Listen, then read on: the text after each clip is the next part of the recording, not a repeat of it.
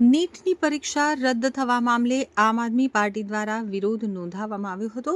પાર્ટીના આગેવાનોનું કહેવું છે કે સ્પર્ધાત્મક પરીક્ષાના પેપર લીક થવાને કારણે લાખો વિદ્યાર્થીઓ અને તેમના વાલીઓની મહેનત ઉપર પાણી ફરી વળ્યું છે।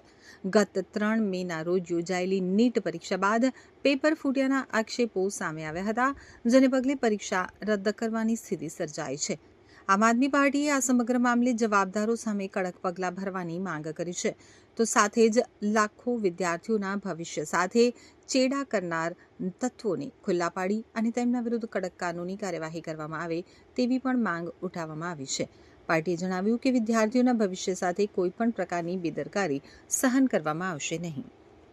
પત્રકાર મિત્રોનું, મીડિયા રિપોર્ટરોનું, તમામ મિત્રોનું આજની પ્રેસ વાર્તામાં હાર્દિક સ્વાગત છે।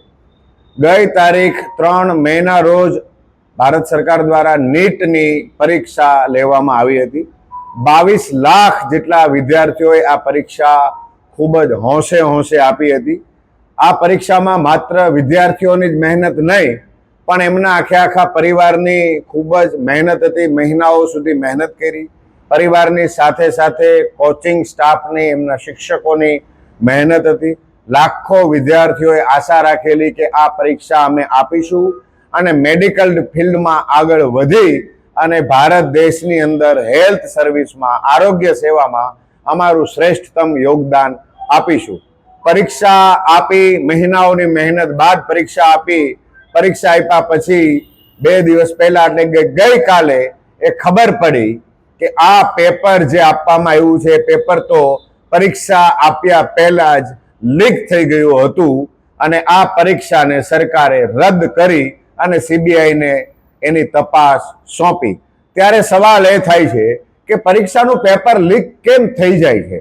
કયું એવું કારણ છે કે આ પરીક્ષાનું પેપર લીક થયું?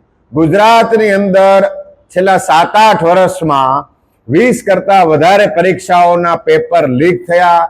એમાં સરકારી પરીક્ષા, જે સ્પર્ધાત્મક પરીક્ષાઓ હતી એના પેપરો લીક થયા અને આ જ મોડલ હવે આખા દેશમાં જાણે કે લાગુ પડી ગયું। ગયા વર્ષે નીટમાં જે રીતના છબરડા થયા હતા એવું જ આ પેપરમાં પણ થયું અને પેપર લીક થઈ ગયું। લાખો વિદ્યાર્થીઓની આશા ઉપર, એમની મહેનત ઉપર પાણી ફરી વળ્યું। આ ભારત સરકારની વ્યવસ્થા તંત્રની ખૂબ જ મોટી નિષ્ફળતા છે, જેને સ્વીકારવી રહી।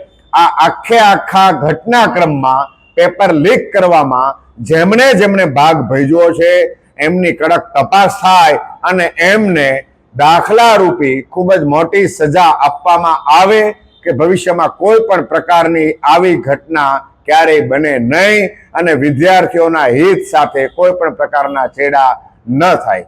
આમ આદમી પાર્ટી માંગ કરે છે કે આમાં સંડોવાયેલા કોઈ પણ અધિકારી, કોઈ પણ કર્મચારી કે કોઈ પણ રાજકારણી હોય એને કોઈ પણ પ્રકારે છોડવામાં ન આવે અને વિદ્યાર્થીઓને એમના હિતને રક્ષણ પૂરું પાડવામાં